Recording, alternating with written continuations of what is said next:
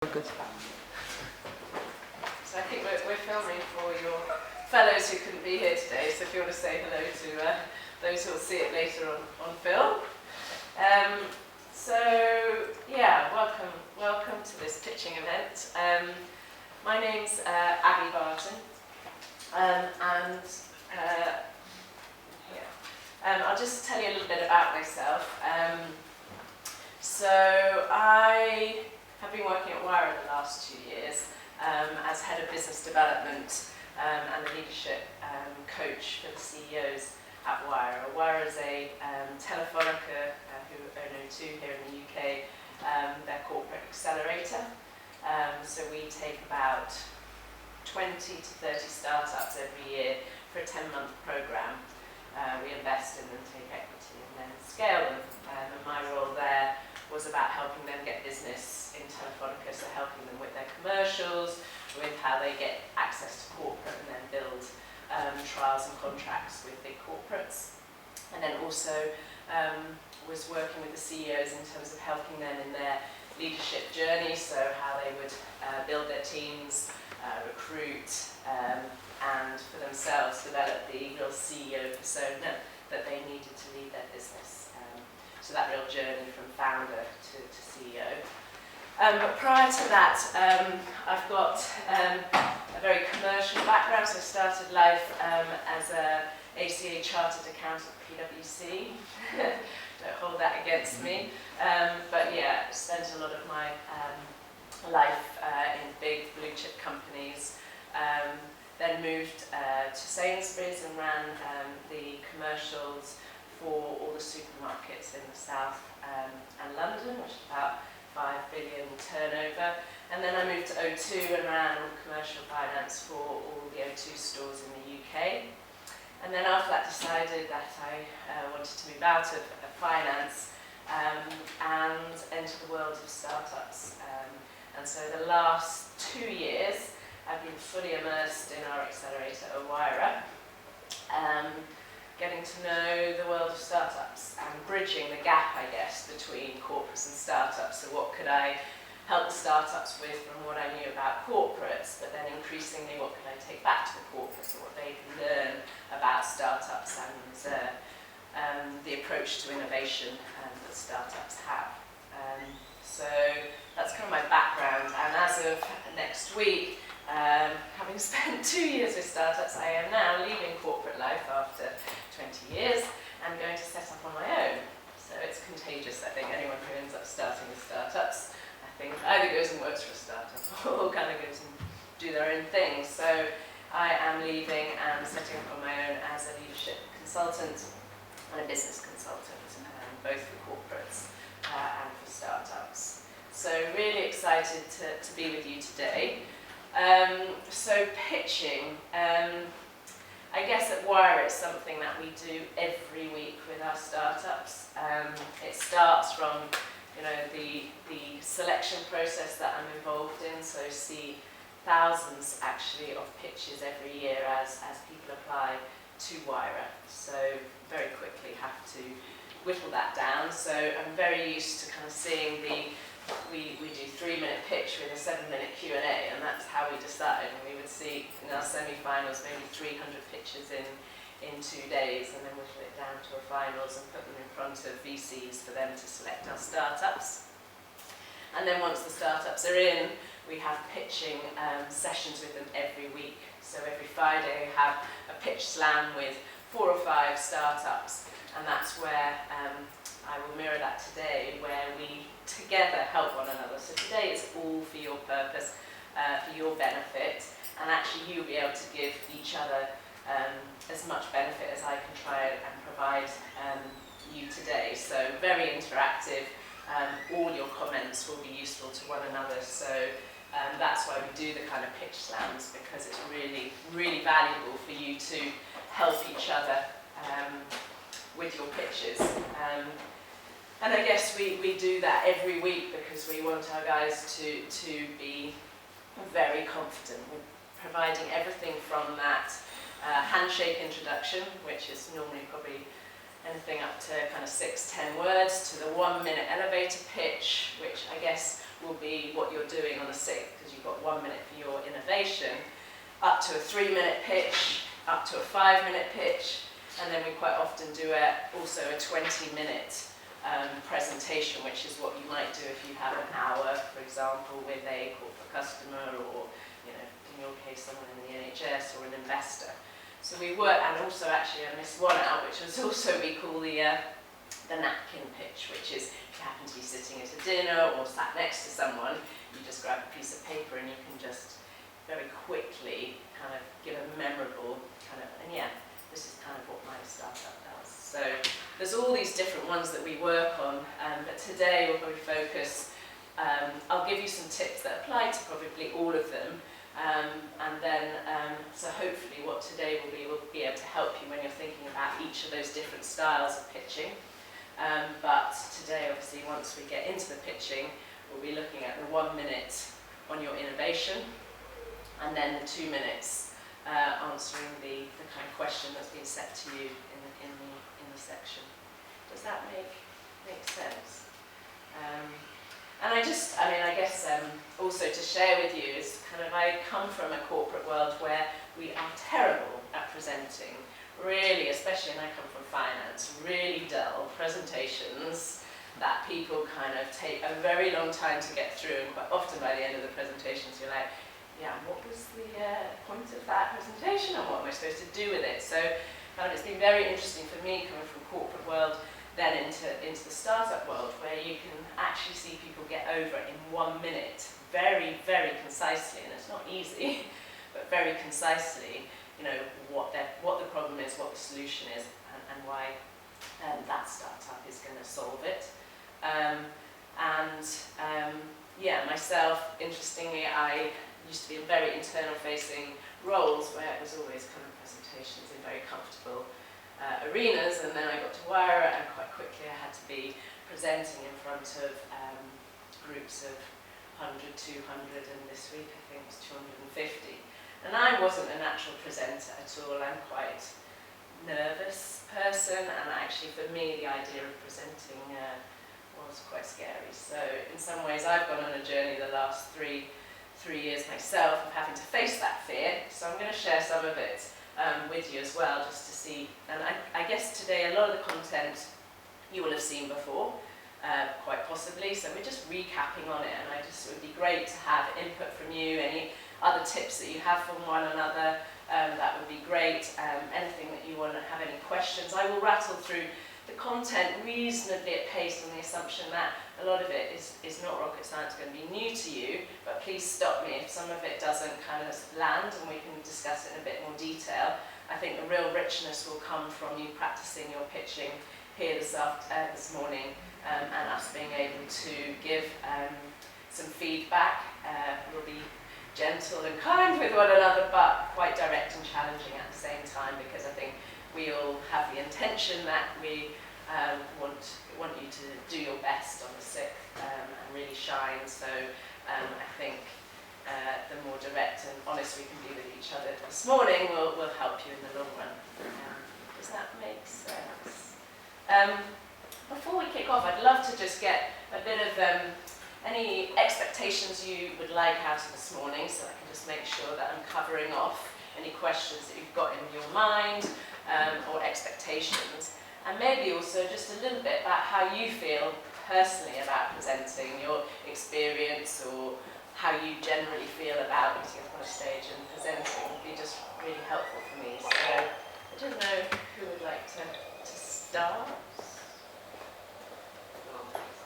I'm stuck on the end, so I kind of have to. Yeah, go on. You will. Lloyd started last time, so it is pretty boring. Yeah, there is air conditioning, but it's really noisy. It sounds like a spaceship in here.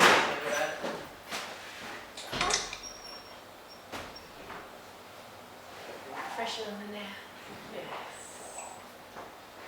Yeah, so thanks for obviously being here and arranging this day. I feel nervous about today more than I typically feel nervous about presenting.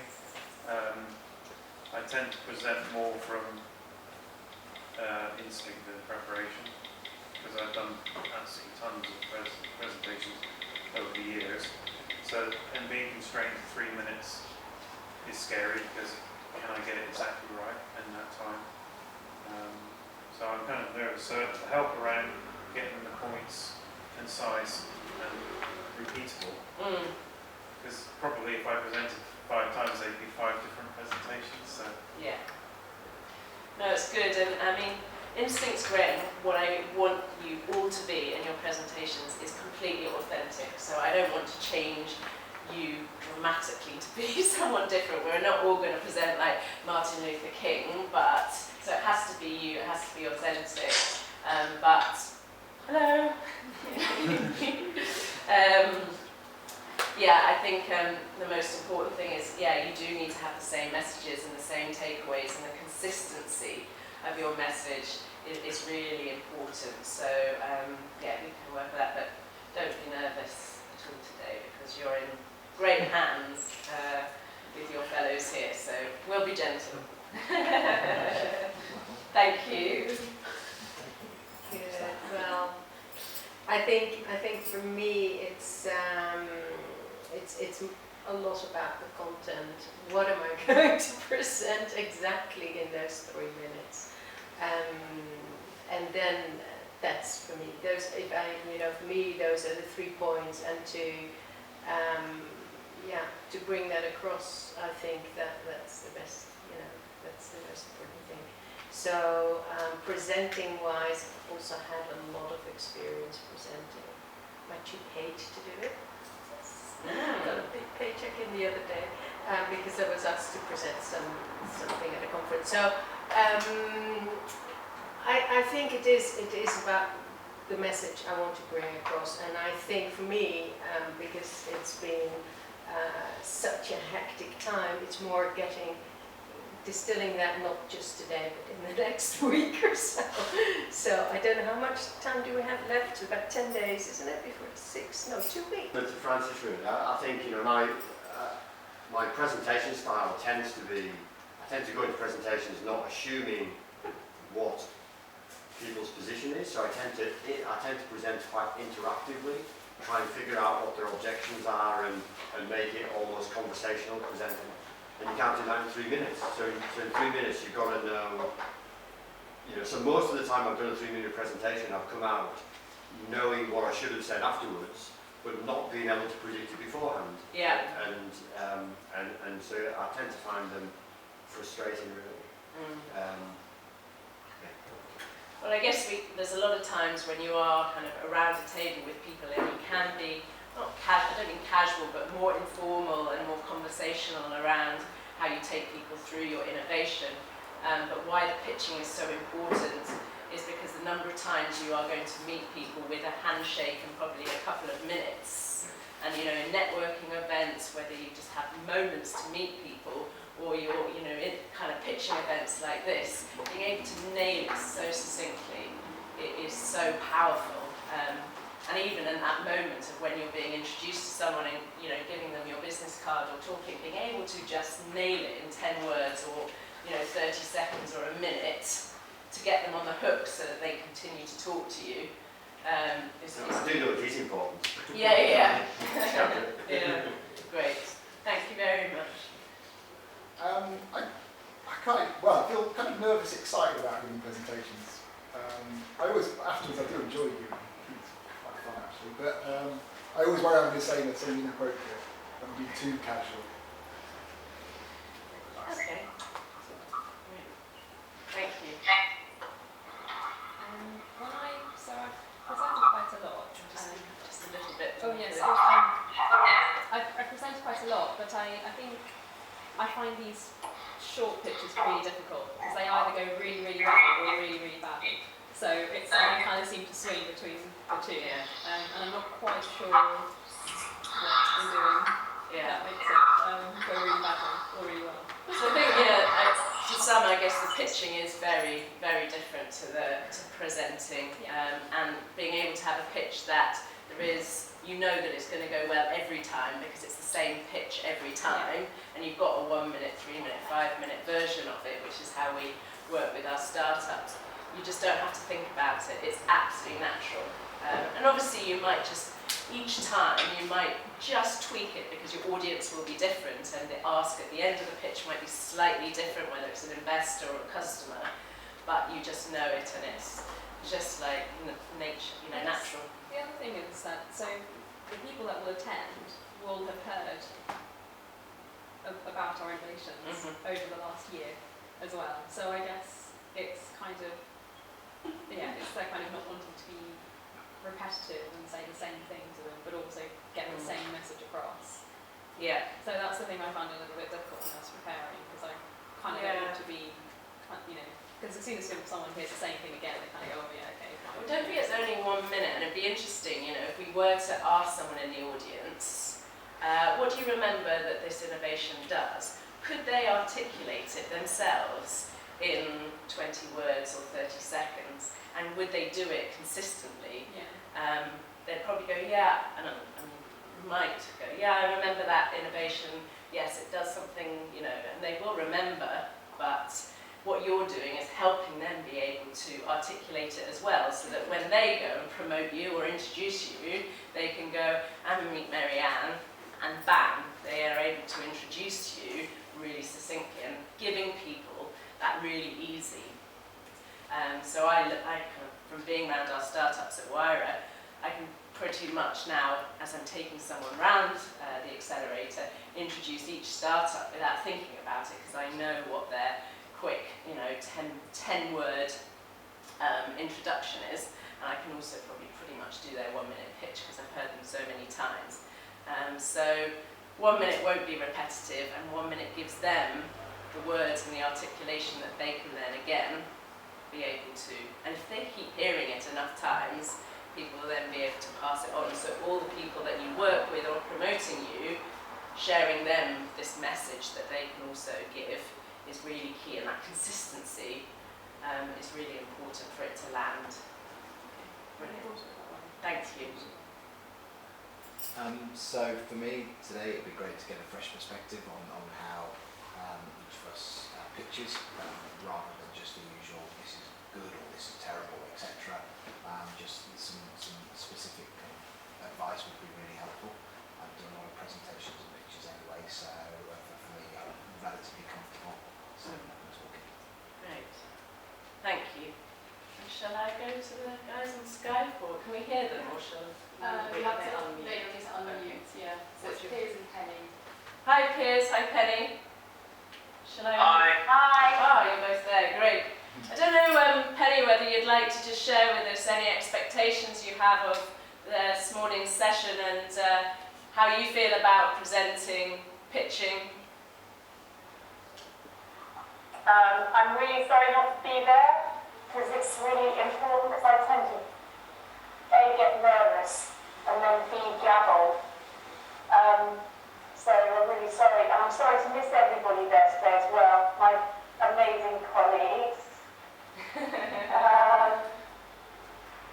Just learning already is really helpful to be really succinct in 1 minute, to convey complex information in a way that other people can just get straight. Great. And I suppose for me, some idea from you of, what's reasonable to cover in 3 minutes. I know there's a TED talk on doing TED talks in 3 minutes, and I have the book beside my bed for about a year on talk like TED, but and I haven't read it. So what can you? Do you have, in 3 minutes, can you construct a story, or what's the most effective way of getting the most amount of information, or what is the most amount of information that you can do in 3 minutes? Okay, great. Thanks, Penny. I'll cover that in the session for sure. Thank you, and sorry you can't be with us as well. I'm sorry. Piers, hi. Yeah, I likewise. Sorry, everyone. I sort of did partly take the opportunity offered by not playing 6-year-old who's was off school yesterday, is off school again today. So I'm partly child caring as well down in Devon. So sorry for not being there.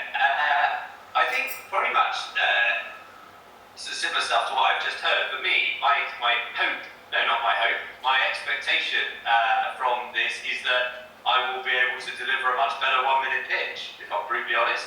So right now, I'm just in the process of delivering this pitch lots of times. You know, we're just spinning out, we're just trying to work out how to spin out, who's going to invest in it, and a pitch and nailing it much better is going to be hugely valuable. And I've similar to any life, it's probably like this, because we're all world, which is all highly lots about it. It's very, sometimes I think, to distill it meaningfully and capture that story in a way that's sort of a period of time. So yeah, that's what I'm put out of it. Cut away some of the rubbish and just focus on here's the minute. Here's the really minute. Great, thanks Piers. And I think kind of thanks for sharing your expectations and feelings around it. I think from what I'm hearing, it's a bit similar to potentially the difference between what I was used to in terms of presenting and presenting in my world of corporates, where I had the time to be able to talk and not have to be as succinct with my words and as punchy. And the difference between pitching, which will feel very different. So today, and some of the feedback I give you might feel, well, it will feel very different. And pitching is very different to presenting, but personally, I think it's incredibly powerful, which I think you kind of agreed, is this is it's important for you in terms of your own branding, how you're introducing yourself, as well as your company, and being able to be very succinct and practicing it, and it is just probably the biggest message from today. So I will get stuck in and do ask any questions as we go along, and let's get stuck in. So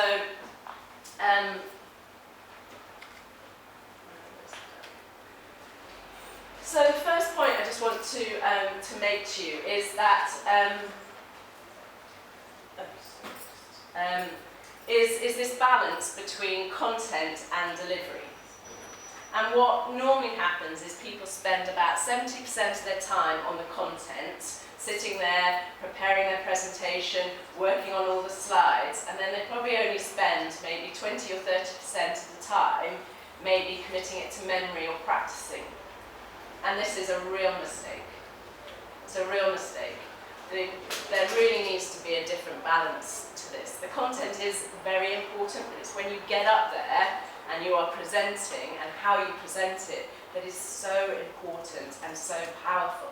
And people aren't going to be reading the slides as much. They'll be looking at you, listening to you. They'll remember you and how you made them feel, not what was necessarily written in the slides. And this is important in so many, whether it's pitching for, in front of customers and investors, as well as it is at an event like on the 6th. So really, we'll come to it at the end in terms of planning your time between now and the 6th, and you getting into your diary and planning slots between now and the 6th.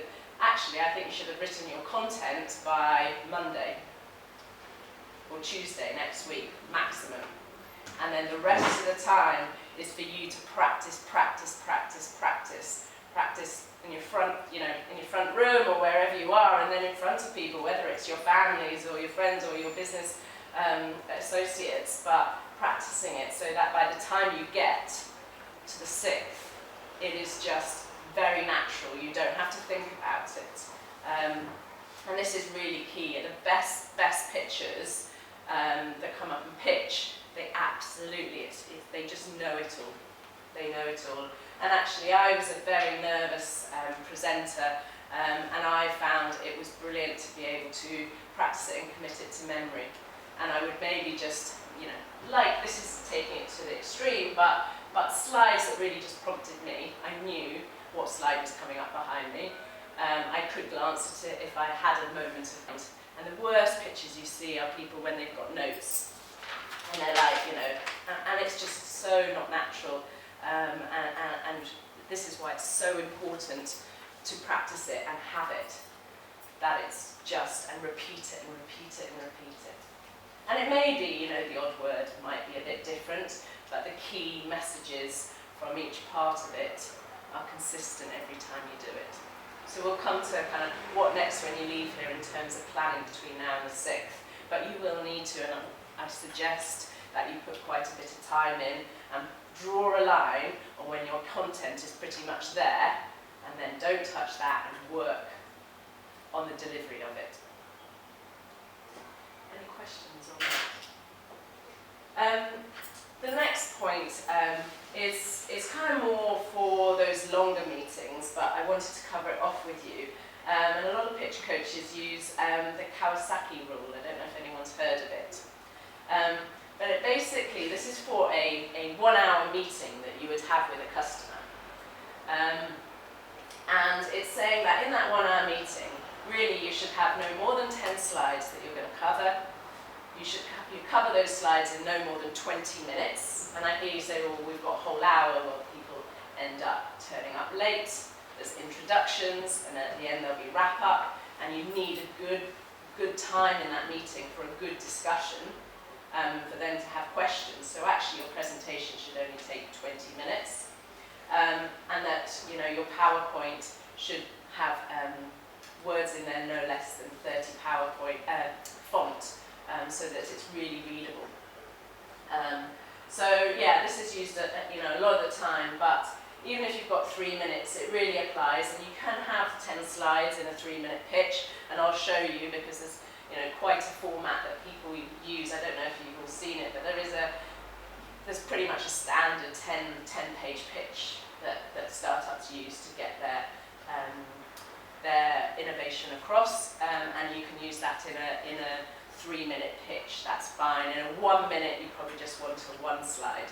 Do you get the danger of everybody does the same type of pitch and you become not memorable because you're fitting in with the norm? Yeah, it's a really good question, and we'll come to it. I think the 10 slides are kind of, this is the content you've got to have covered in there. How you then get that content across, so how you tell your story, can be different, very different. But there are key questions when when all of us are doing our Dragon's Den or investors, they will have 10 points, you know, starting with, well, what's the problem, what's the solution, you know, what is, you know, the painkiller that this innovation is giving, what are the benefits, and we'll go through those, but they literally want you to tick off all these, or they're going to have to ask it in the Q&A, which is fine sometimes, but the most important thing, you know, is you get end of the 3-minute pitch and someone goes, nailed it, it was brilliant, and I've seen that where they've got all those points across, and then it's just amazing, and you can do that in 3 minutes, absolutely. Do some people do it without slides, or do the slides have? No, you should have slides. Everyone does it with slides. People are, and we'll come to it, it's good that they can hear you and see stuff as well. A lot of people take in information different ways. Some people like to take it in an auditory way, but some people like visual, depending who we are, and some people like the two and connect the two. So it is always important to have them up, but they're a backup. They're not, you're the main thing, and they are just backup. And I will come to it, but really simple slides, so that you're not looking at the slide, reading all the information there, and switching off, listening to me, because actually it's me who can really impart the memorable story, not the slides. And yeah, I mean this is really important. The slides shouldn't look like slides that, I mean, I don't know where the backgrounds are from, but presentations that you would have, done in I don't know if NHS backgrounds or corporate backgrounds, public sector, but the old kind of presentations where it can sometimes be death by PowerPoint, and they're very word heavy, the font's really small, and there's just loads and loads, and you take about a minute to read the slide. So death by PowerPoint is something that is absolutely a no-go here. Really simple slides are really important here. And jargon. I mean, I know that a lot of your audience might be from the same background as you, so from the health sector, But I would be careful assuming that your audience knows everything that you're talking about. And you'll know this much better than me, so you will be the judges of this, but be careful with jargon. And often we tell our startups, just assume that your audience doesn't know all your acronyms and everything. And then at least you can't lose people, because as soon as people go, oh, what is that, 3-letter abbreviation mean? And they're so caught and confused on that you've moved on, but they haven't. So just be really careful of that, but as I said, that's up to you to gauge. But we tend to not assume that your audience knows anything about those acronyms. Right, so most important thing in your pitch is the problem and the solution. And that's obvious, hopefully, to you, but number one thing that we want to hear when we're hearing startups, what is the problem? And then secondly, what is the solution? And it sounds very simple, but quite often startups don't do this, and you're kind of halfway through the pitch and you're like, yeah, but what are they trying to solve? And quite often they come up with what they think is a great bit of tech that they're wanting to try and create a market for. And actually they haven't got a customer problem that they're trying to solve. Now obviously your problems, will be very, very, very well known and important, but getting that problem across really clearly, and for you more than anyone being in your sector, is obviously these problems, people will really connect with. So that most important thing to get across in your 1-minute pitch. And keep it clear with also what the problem is, so it needs to be quite a succinct problem. So if you're 1 minute, it's going to be a sentence. This is the problem. And then be quite clear on why your solution is the right solution. Be very clear again, another sentence in terms of what the solution of this problem is. And I mentioned these kind of sections, and I can send you this afterwards if you want to start building that bigger 3-minute pitch if you haven't already. But what happens is, you will have a page on the problem, a page on the solution, then you'll have a page on what are the benefits of your solution. So what does the customer get from your solution? Can be very powerful.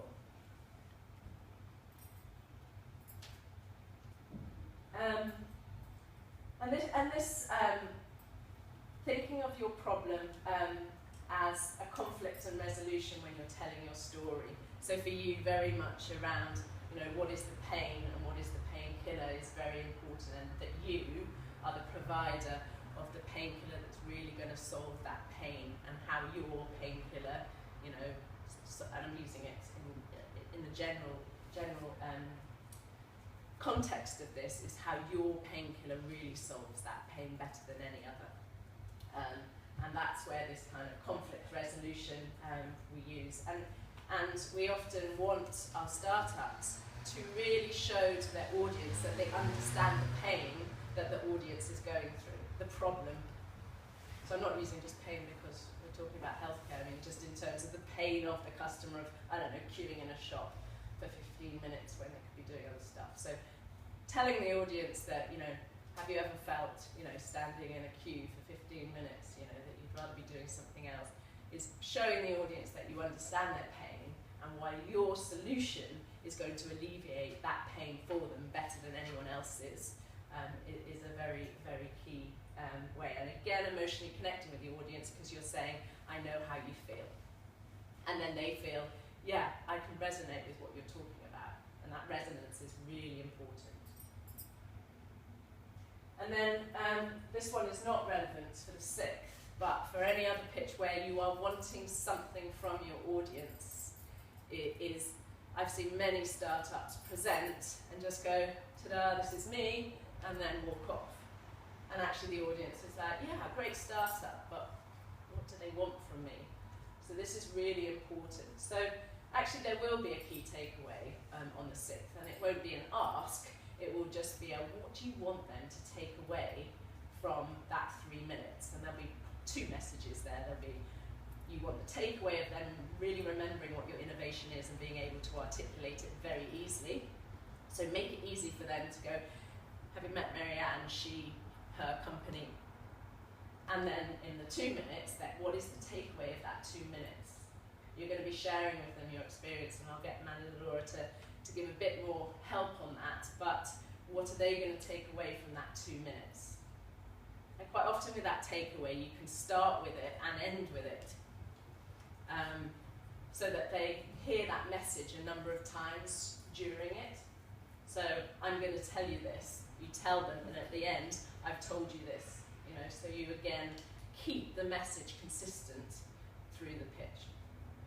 But very clear when you leave is what is the takeaway, either the message or the ask that I want money, or I want customers, or I want specific introductions, or I know that so and so and so and so and so and so in the room. I'd really like to speak to you afterwards. So be really specific, make it really easy for the audience to know what they want from you, what is the call to action, or what is the message that they're going to take away.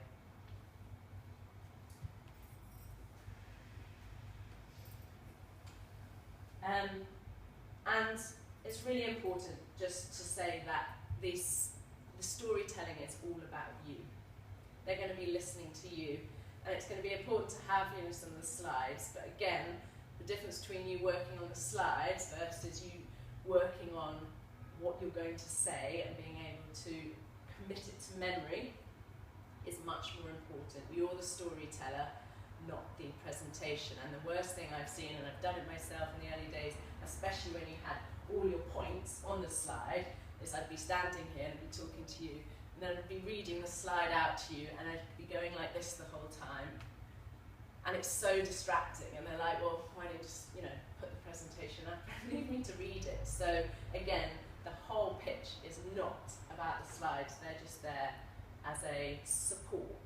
It's all about you and all about how you deliver, and that's why I can't stress enough about you drawing a line on your content early next week and then just going through it, and through it, and through it, and through it, and through it. And you'll be timing yourself, because this buzzer thing, again, we're really harsh with our startups, but they need to, because all the events they go to is a buzzer, they're out. And all the events that I go to with our startups have a similar. And it may be you don't go to those events, I don't know, but it's still really good practice for you learning to be really powerfully succinct when you are describing your company.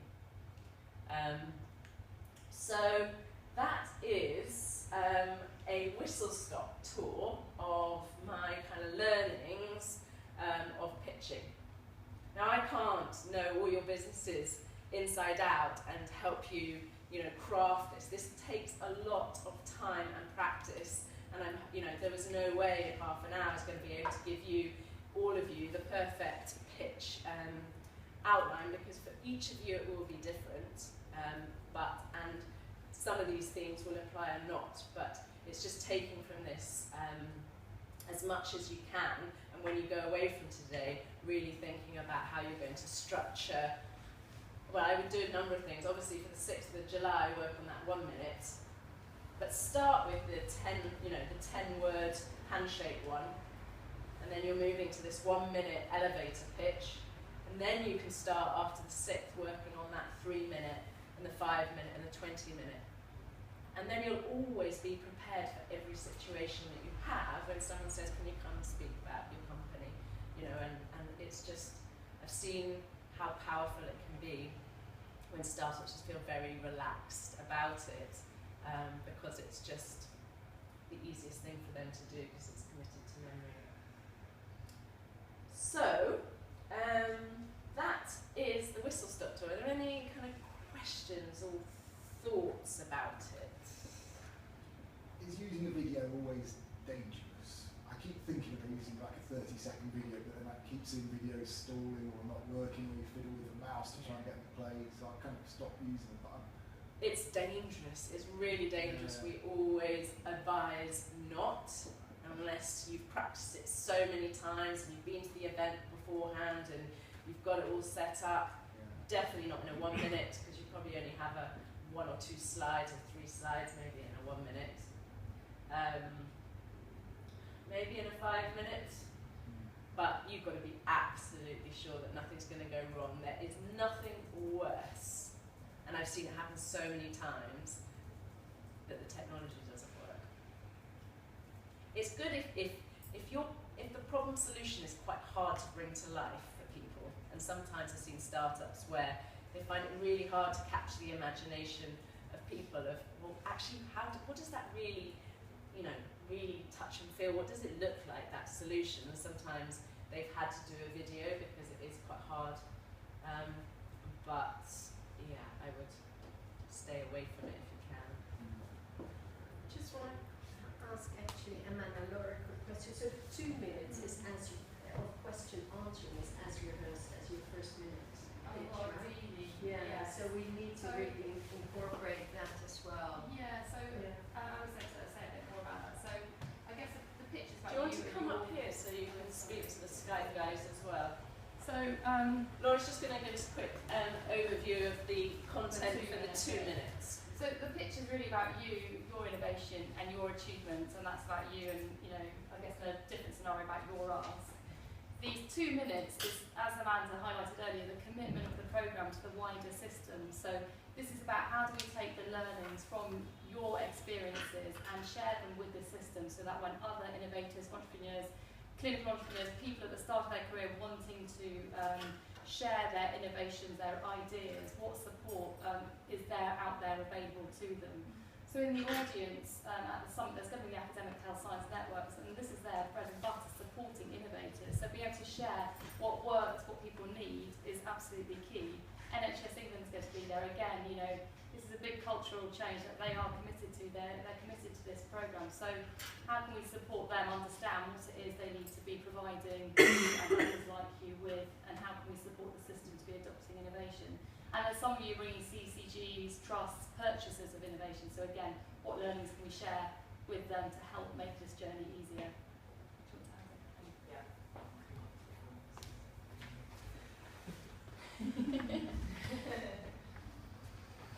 I haven't got any slides, sorry. I think there's another point made that the information that came out in the email in the brackets was just a suggestion to you. So if those aren't right, in terms of you've all got a specific question, and then after your name there were some examples in brackets. Those are just examples. So if that's not the right content for you, that's absolutely fine. Just think about answering the question. I suppose the other aspect that we've got is it's also a kind of way to say thank you a bit to the people that, what you will have in the audience is massive supporters, all of which you'd give either money or in-kind support to the programme, which has made it as successful as it is because of the partners that we've got around the table that are advocating for it and endorsing it, and has allowed us to do year 2